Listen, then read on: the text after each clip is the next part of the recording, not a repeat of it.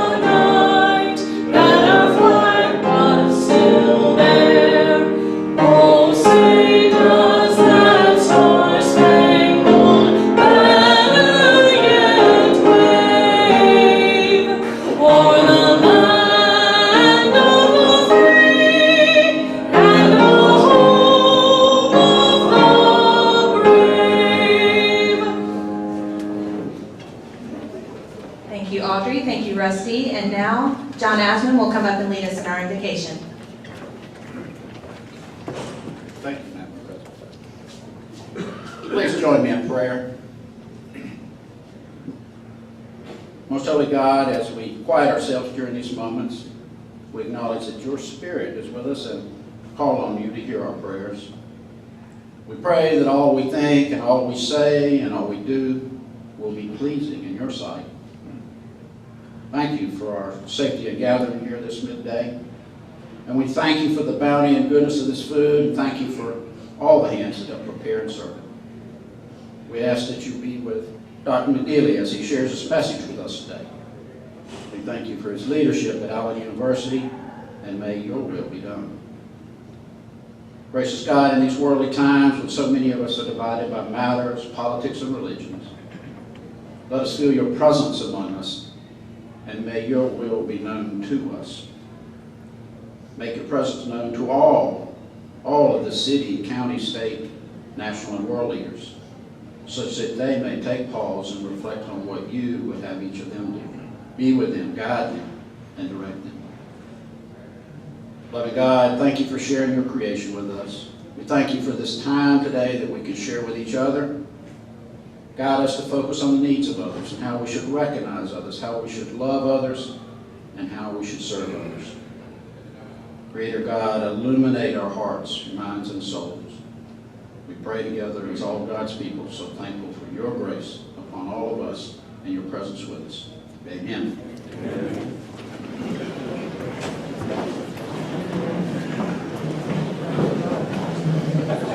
And now we're going to call up Lewis Fawcett. He's one of our newer members. But Lewis, if you'll come up and introduce visiting Rotarians and guests.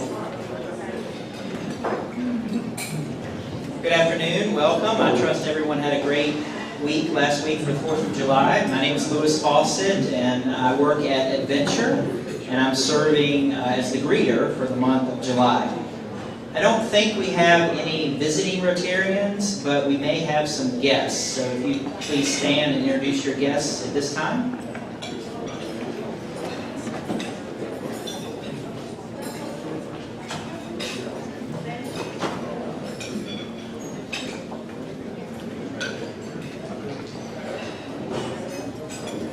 Good afternoon, I'm Ted Creech, and I have as my guest today Mike Lefevre, who is President and CEO of the South Carolina Independent Colleges and Universities Association. He's here to enjoy Rotary and to support one of his institutions, Allen University.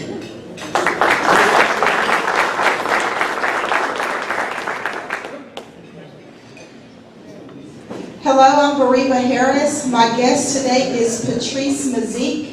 She is an occupational health specialist at Boeing, and she also graduated from Benedict College, and she was up talking with some of our students and faculty today.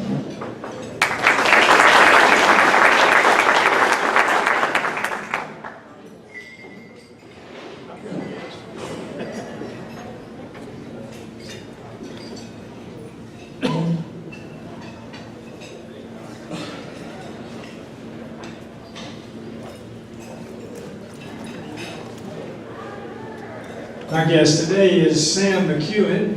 Sam is standing there. Sam asked me to introduce him as a bon vivant. I'm not sure exactly what that means, but let's see.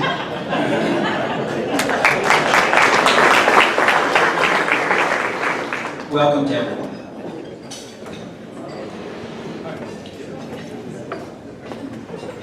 Okay. I believe our governor is here, and we'll welcome him in just a moment. Thank you, Louis. I appreciate you. So now, Rusty, do you want to go ahead with health and happiness real quick? Let's go ahead and do that. All right, Rusty DePass, he's doing double duty today, so he'll lead health and happiness for us.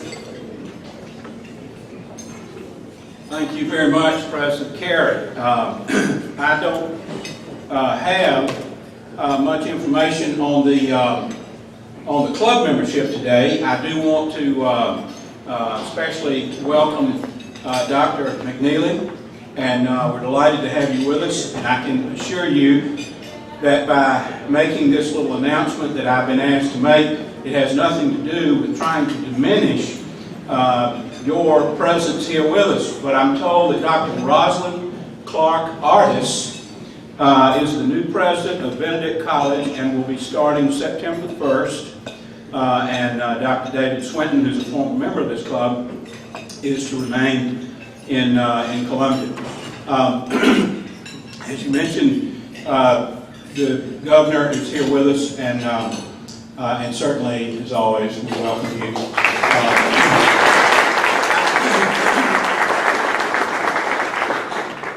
Henry and I have been friends, as you know, for a long time, and I just want to point out that plenty of people may have differences, political and otherwise, with various members of the club from time to time, but it is a real honor, and I'm being serious now, Henry. Don't laugh at me. It is a real honor to have had in this club over the years the U.S. Attorney, the Attorney General, the Lieutenant Governor, and now the Governor of South Carolina. And we may not always agree with you and so forth and so on, but it is an honor to have you in our midst, and we appreciate your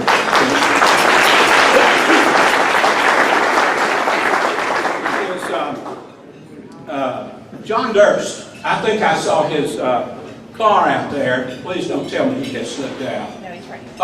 John Durst, front and center, if you would, please. And I want to thank you for not wearing this suit that in which you're pictured with Doug Malden. You all remember the Johnny Carson's famous line about the tailor, Raoul of Bayonne? Well, Raoul of Bayonne really did make John Durst's clothes back in the 70s, perhaps. And somebody gave me this picture, and I want you to have it, because I certainly don't want anybody to think I know anybody that dresses that way. Maybe someday you can rise to this level. Yeah, exactly. Thank you. Hey Rusty, what shoes are you wearing? My shoes, I bought my shoes in 1968. Thank you. I can't get them to wear out. If you have to choose between drinking wine every day or being skinny, which would you choose, red or white? A 15-year-old came home with a Porsche, and his parents began to just go crazy. Where did you get that car? He calmly told them, I bought it today. With what money? They demanded. We know what a Porsche costs. Well, the boy said, this one cost me $15. The parents just couldn't believe it. They just were screaming and yelling at him. Who would sell a car like that for $15? Well, it's the lady up the street, is what he told them. Don't know her name. They just moved in. She saw me ride past on my bike and asked me if I wanted to buy a Porsche for $15. Oh my goodness, moaned the mother. She must be a child abuser. Who would do something like that? What might she do next? John, you go right up there and see what's going on. So the boy's father went up the street to the house where the lady lived and found her out in the yard, calmly planting flowers. He introduced himself as the father of the boy to whom she had sold the Porsche for $15 and demanded to know why she did it. Well, she said, this morning I got a call from my husband. I thought he was on a business trip, but I learned from a friend that he's run off to Hawaii with his secretary.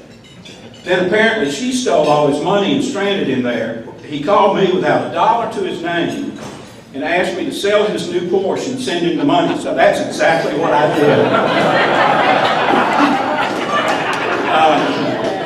I knew the ladies would get a kick out of that. Now, this next thing is, last thing is something that we need to be wise to. We need to be wary of things like this. And in this day and age of information stealing and so forth, identity stealing and so forth. A man calls, hello, is this Gordon's Pizza? No, sir, that's Google Pizza. I must have dialed the wrong number, sorry. No, sir, Google bought Gordon's Pizza last month. Okay, well, I'd like to order a pizza. Do you want it your usual, sir? My usual? You know me? According to our caller ID data sheet, the last 12 times you called, you ordered an extra large pizza with 3 cheeses, sausage, pepperoni, mushrooms, and meatballs on the thick crust. Okay, that's what I want. May I suggest this time you order a pizza with ricotta, arugula, sun-dried tomatoes, and olives on a whole wheat, gluten-free thin crust. What? I detest vegetables. Your cholesterol is not good, sir. How the hell would you know? Well, we cross-reference your home phone number with your medical records. We have the result of your blood test for the last 7 years. Okay, but I do not want your rotten vegetable pizza. I already take medication for my cholesterol. Excuse me, sir, but you have not taken your medication regularly. According to our database, you only purchased a box of 30 cholesterol tablets once at Drug Sale Network 4 months ago. I bought more from another drugstore. That doesn't show on your credit card statement, sir. I paid in cash, but you did not withdraw enough cash according to your bank statement. I have other sources of cash. That doesn't show on your last tax return unless you bought them using an undeclared income source, which is against the law. What the hell? I'm sorry, sir, we use such information only with the sole intention of helping you. Enough already. I'm sick to death of Google, Facebook, Twitter, WhatsApp, and all the others. I'm going to an island without internet, cable TV, where there's no cell phone service and no one to watch me and spy on me. I understand, sir, but you need to renew your passport first. It expired 6 months ago.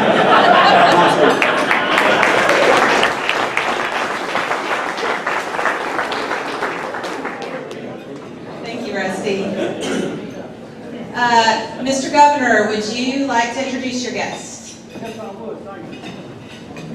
This is Michael Clark, a brand new graduate of the University of South Carolina, where he was president of the student body, and he is now special assistant in the governor's office. Welcome, we're really glad to have you here.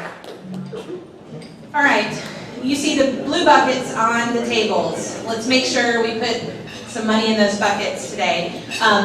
I went to Atlanta this weekend to celebrate my new niece who is supposed to be here in a couple of weeks. My baby brother and his wife are having a girl, and my daughter is being dethroned as the only hen in the hen house.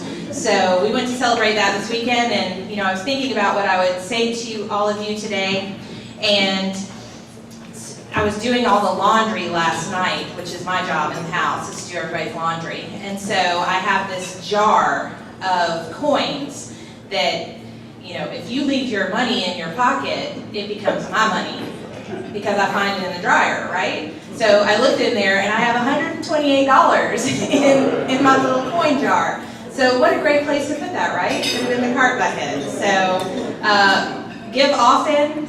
Make sure those buckets are full. We want to make sure we start this year off doing right by that. So just wanted to remind you of that. And we're we're a little bit early, but I'm going to go ahead and ask Reese to come up and go ahead and introduce our speaker.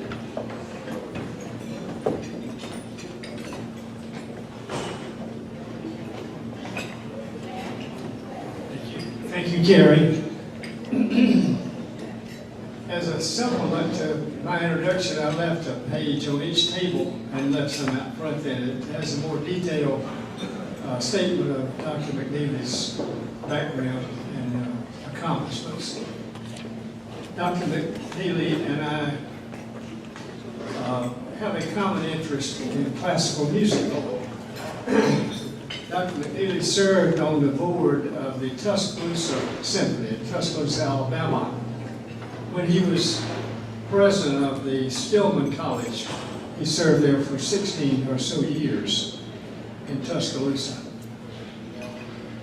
This spring, Dr. McNealy became the president of Allen University, our own Allen. Dr. McNealy has a PhD, however, from Ohio State.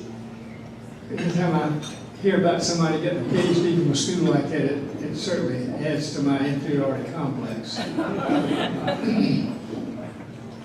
Allen, interestingly, is named for Bishop Richard Allen, who's the first bishop of the AME Church and eulogizer of President George Washington in 1799.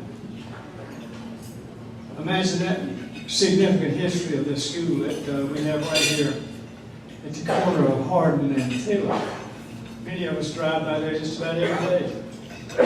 You'd be really interested to know a lot of other things about Allen, and I'm sure you're going to hear some from Dr. McNealy right now, but I might steal a little bit of thunder from him and mention Chappelle Auditorium.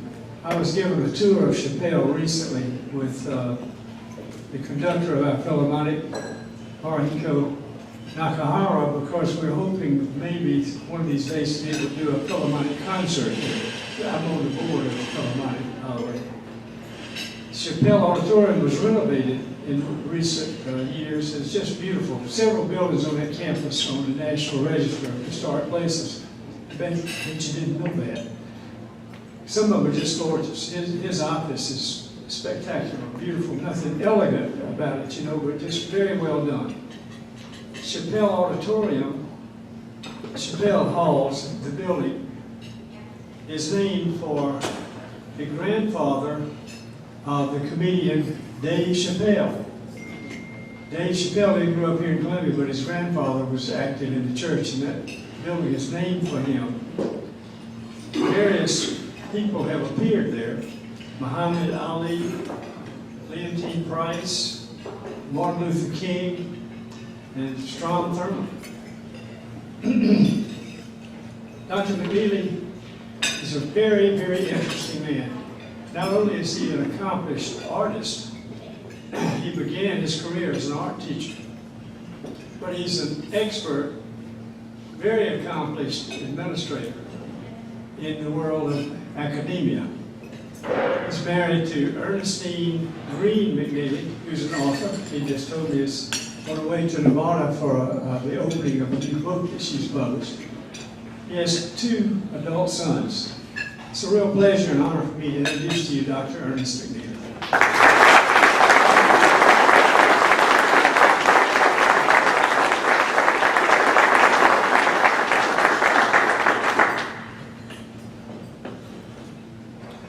Good afternoon. Let me begin by saying that I'm neither a registered Republican nor a registered Democrat. So hopefully nothing that I will say will be attributed to any motives other than sharing with you about Allen University and some of the things that might be of particular interest. I should tell you that once upon a time, I was a Rotarian, and of course, once upon a time I was a younger man. I was better looking, and I made better presentations. So if you find anything that I share with you today of interest, you should thank Reese Williams. And if not, don't worry too much. The presentation is going to be brief.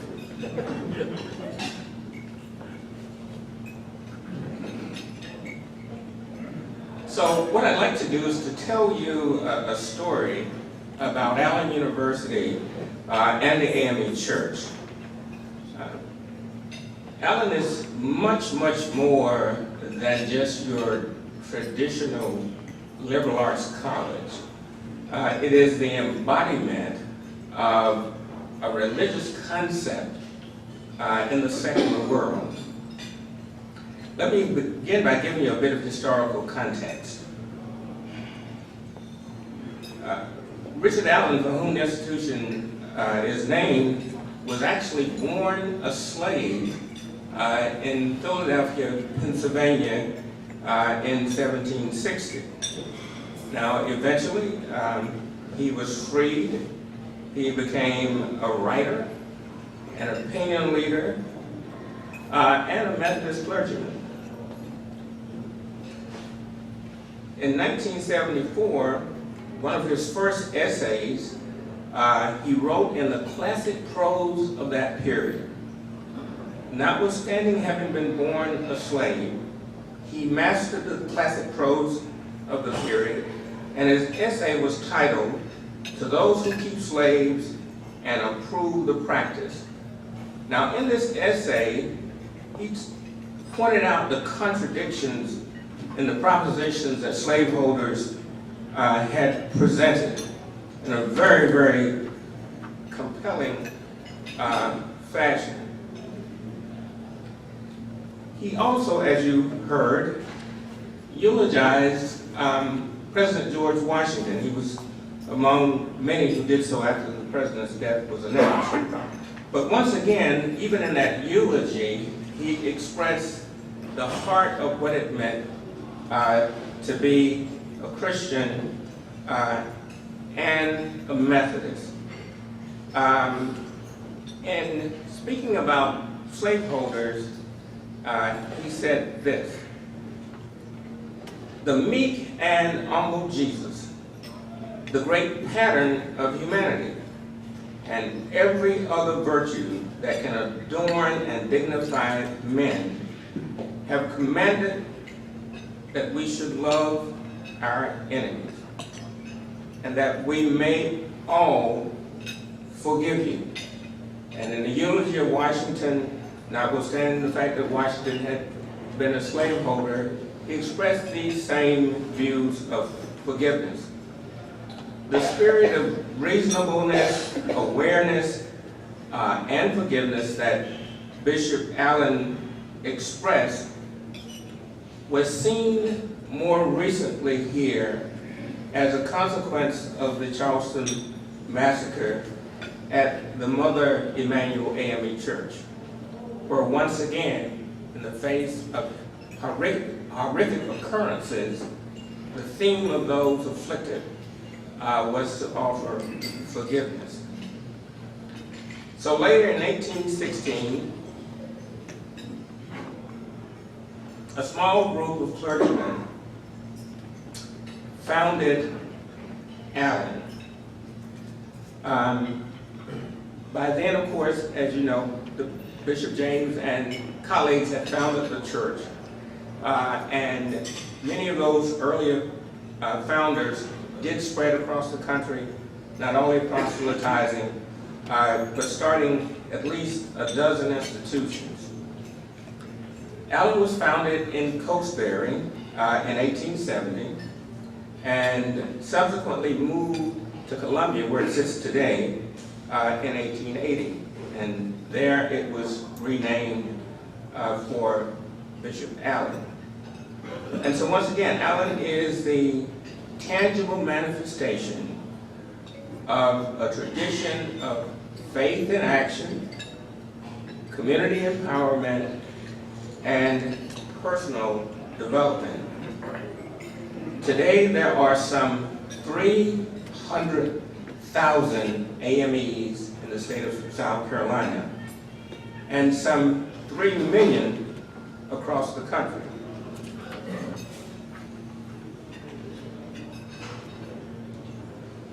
Many of you have had an opportunity to meet Bishop James. But when he arrived at his current office, he brought a resurgence, if you will, to the institution. What he did in particular was set out the premise that there was a difference between the affairs of the church and the affairs of the institution. And in doing so, he literally lifted a bushel off the flickering light that was out. So as interim president, I was brought to address an impending accreditation visit and a number of outstanding issues with the Department of Education. And of course, there were a few others as well. And we were able to address those. And so in April, I was named president.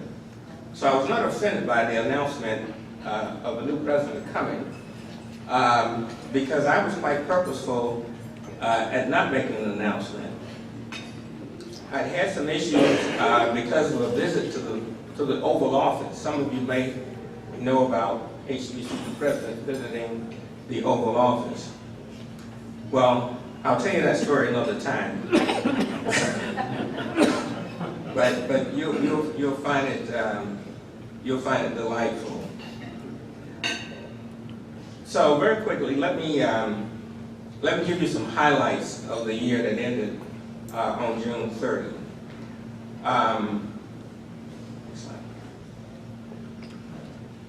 So over the year just ended, the enrollment was 600 students, and that represents a gradual decline from over the past 3 years. The vast majority of the students are from South Carolina, Georgia, North Carolina, and 48 of the counties within the state of South Carolina are represented in the student population. There are some 9 countries as well represented in the student body. Interestingly, 98% of the students that we serve require some form of financial aid in order to attend. Of course, that poses challenges for running the enterprise. The university had some 100 employees, and of the faculty, 71% held terminal degrees in their disciplines. The budget for the year just ended was roughly $16 million. 53% of that came from student fees. Now, less than 2% of the students that we serve can actually pay at registration. And as a result, part of my assignment was to turn water vapor into wine. Jesus had an advantage.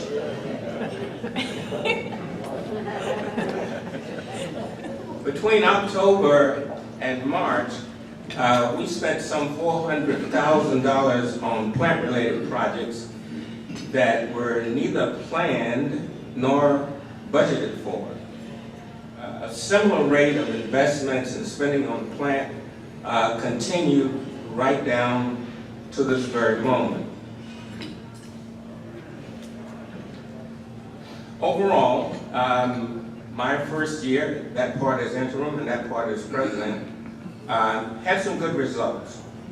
The faculty continued to publish, to make presentations nationally and internationally. Our students were active in community affairs. And as usual, we had graduates in June to go off to graduate professional schools and medical school.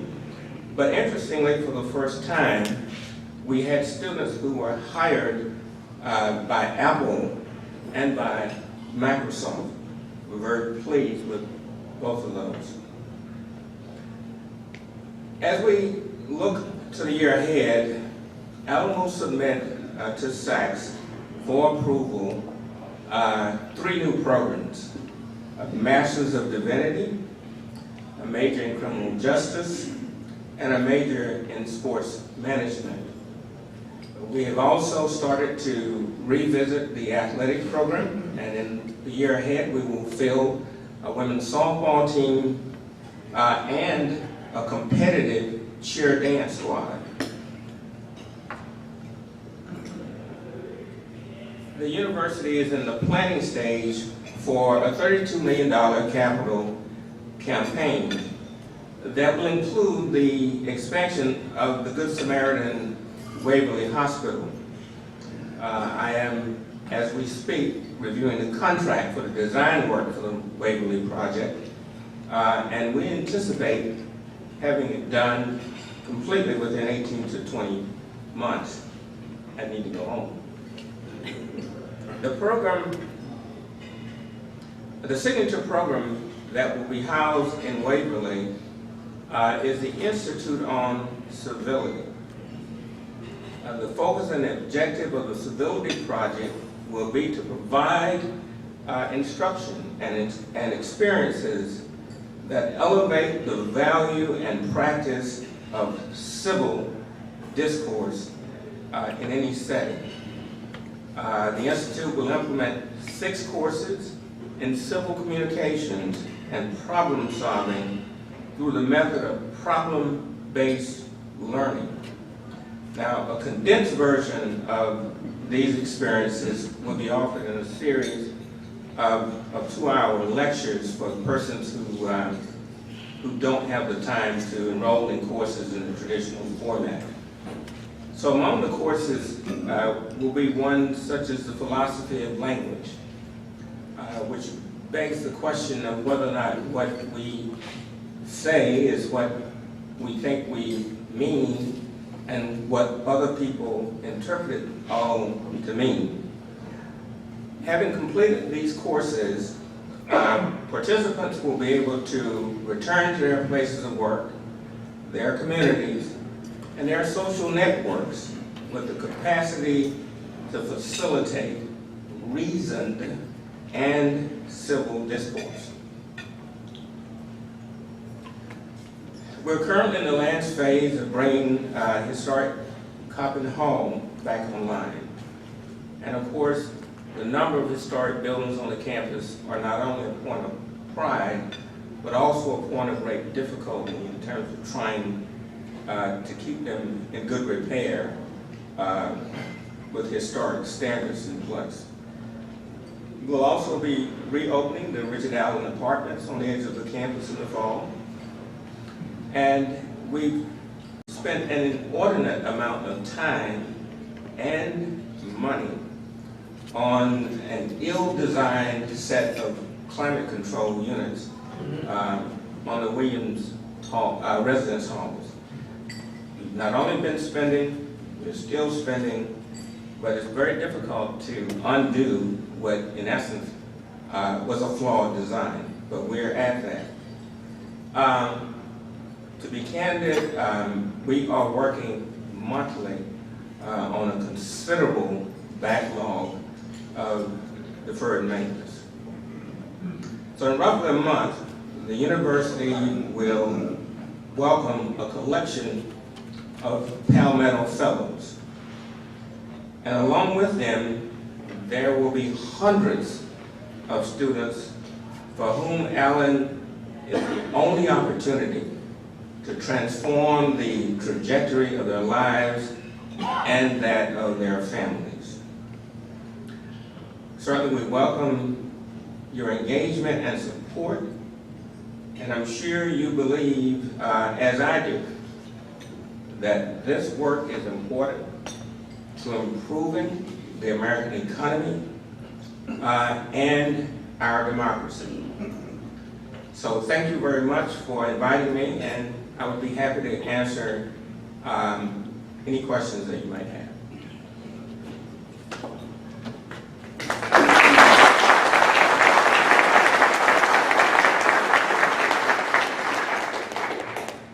Yes, sir. What is the history of graduation rate and what you foresee?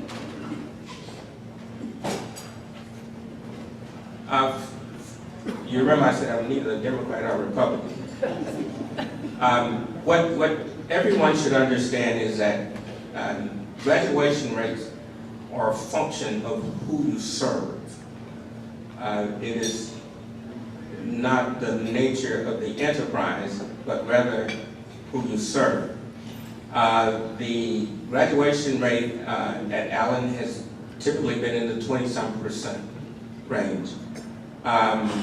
I would not, as a thoughtful person, focus my energies on that. Instead, we are focusing on retention. And we have massively reworked the general education curriculum for the class that comes in the fall, where in fact we will be teaching the students who come rather than some idealized population that faculty might have wished to come. Just one last tidbit to drive home the point about whom we serve. Several years ago, the University of Virginia was touting the fact that it graduated 80-some% of the African Americans who enrolled. Well, my reaction was, what the hell happened to the other 20%? Because obviously, to get in, you had to have the preparation and the credentials to succeed. I'll stop there. I have a question. Does the AME Church have a pipeline of some sort that funnels students into your school? I wish. But certainly, we are going to start immediately working on having just that happen.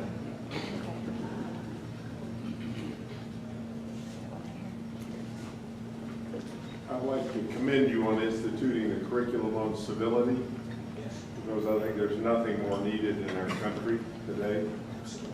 And I think every university should have some kind of a curriculum to teach that very important quality to young people today. Thank you. Let me just add that these courses will be available to students across the city. In the early phase, I had extended conversation with President Pastides and President Dindor at Columbia College, and with President Swinton at Benedict. So while the Institute will be housed at Allen, it is for the larger community. You indicated that approximately 50% of your funding came from student fees. Where does the other 50% come from? A mixture of sources. The AME Church, grants and contracts, federal aid, and gifts.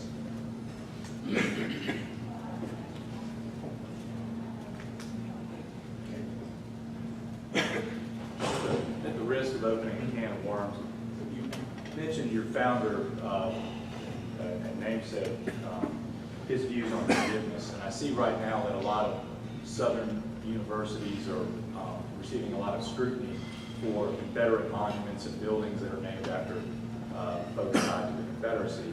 What are your views on that, and how does that intertwine to your founder's views? Now, when I was a young man, I wouldn't answer that question.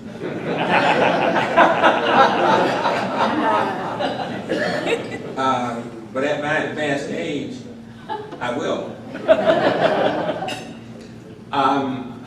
I think every situation has to be dealt with on a case-by-case basis. Certainly, those of you who know your history would know that Robert E. Lee was a patriot, and not driven by support of the onerous slavery that was tearing the country apart.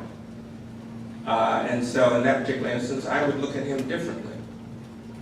But of course, there were others who should be placed on the junk heap of history.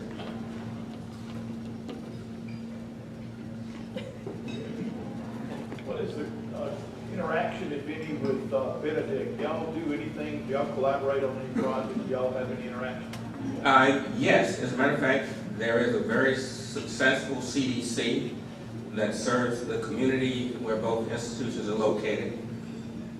That is the principal project that I'm aware of. Certainly my plate was full, and as we go forward, I'm sure that there will be other opportunities. Yes, ma'am. What is a typical profile of an Allen University student versus the profile of a Benedict? Is there a difference?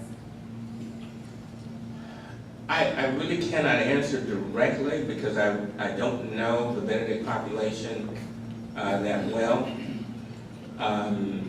As I suggested to you earlier, 98% of the students who enroll at Allen will come from families with households under $30,000.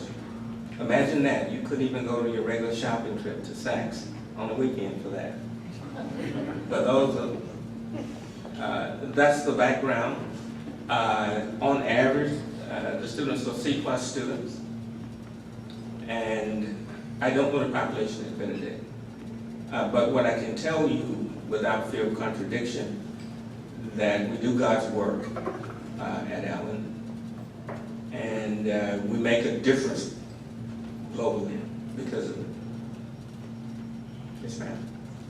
So I was curious, what as a community can we do to help support Allen University and the student population? Is there somebody that can help with, maybe we can offer jobs? What can we do as a community? Oh, absolutely. There are always things that the public at large can do. I think the first thing is to understand that there is a tremendous diversity of institutional types in our country, and that they are all sorely needed, and that the outcomes that they achieve are tied directly to their mission.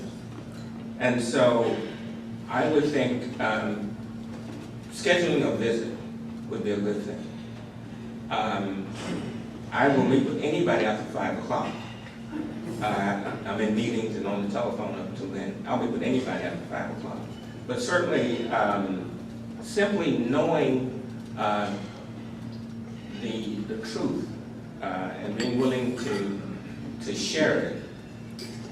Notwithstanding what you see in the media today, the truth oftentimes is knowable. It's not always a matter of according to John or according to Bob. Sometimes you actually can know the truth. And certainly being willing to speak it would be of tremendous value to an institution engaged in the kind of work that we're engaged in. Yes, ma'am. I'm hearing that the AME Church doesn't funnel a direct pipeline of students to you or refer or whatever the situation is. And then hearing you mention some financial aid from the AME Church. Has that fallen off over the years, or has it always been at this level for attendance in students and financial aid? Well, I'm going to say something, but you have to promise not to share it. So, when I was brought here, I was a Presbyterian elder. So I'm still learning all of the details about the church. I think support writ large has been fairly constant. I suspect that there was a time when there was more of a pipeline of students. There was a time when Allen was considered the flagship of schools in this state that educated African Americans. Those of you who are politicians will know that the legions of African Americans who were elected to state office were in large part graduates of Allen. And so it has had glorious history, and like many institutions, it went through a period of decline and has been rapidly moving back to a place of promise. Yes, sir. Allen's had a long association, well, it has an association with a number of the Mother Emanuel victims. I think Senator Clemente was a graduate. Yes. You referenced some of it, the Disability Institute and the response that they had.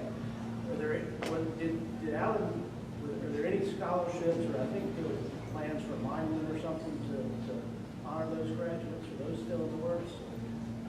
Yes, as a matter of fact, the addition to the Waverly building will permanently enshrine all 9 in high relief busts inside of the building. And on the band around the upper level of the building, all of their names will be engraved. 3 of the victims were Allen alums.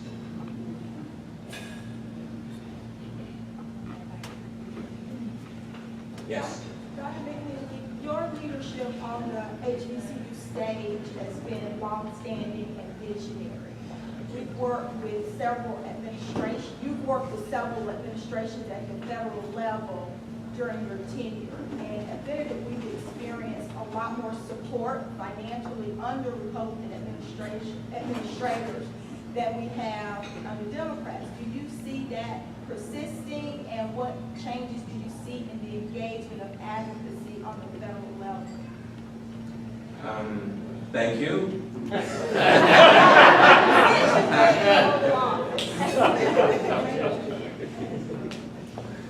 Well,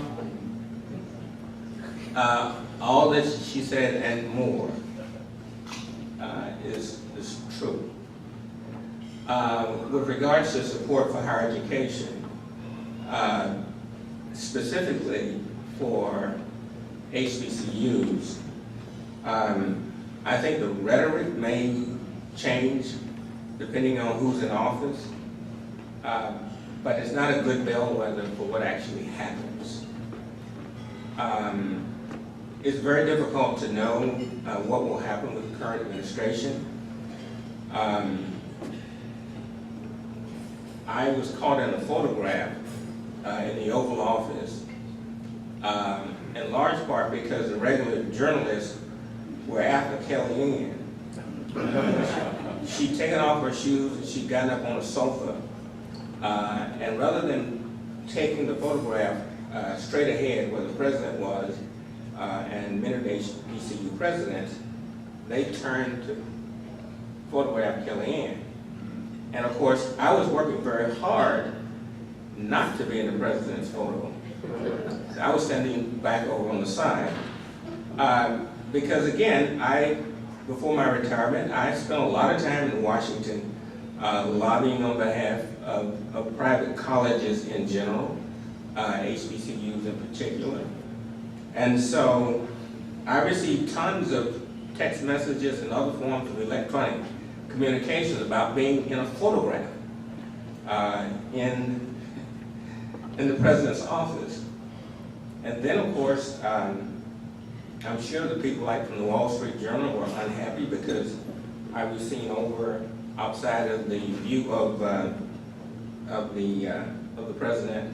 So to be quite honest, I simply don't know. The administration has a great number of cabinet positions that are vacant.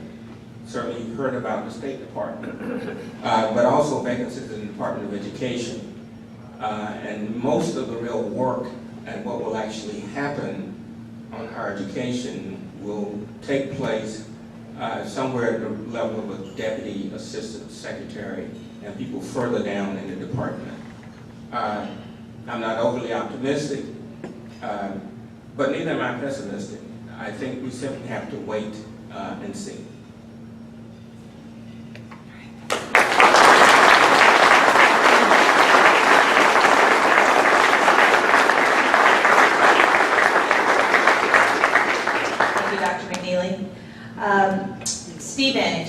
talk about next week? Yeah, next week we're having Mike Hitchcock. He is the CEO of the South Carolina Retirement System Investment Commission. So please come. He's going to come and share a little bit about our pension program in the state. So it's very timely. Bring a guest. All right, thanks very much. And real quick before we end with song, I wanted to say thank you to everyone who helped me get this meeting planned today. I know that past President John is very happy to be sitting over there right now. So everyone who helped me, I'm not going to name everybody because I'll probably forget somebody, but it's greatly appreciated. It takes a lot of work to put one of these meetings together. So thank you all. You know who you are. And we'll end with song.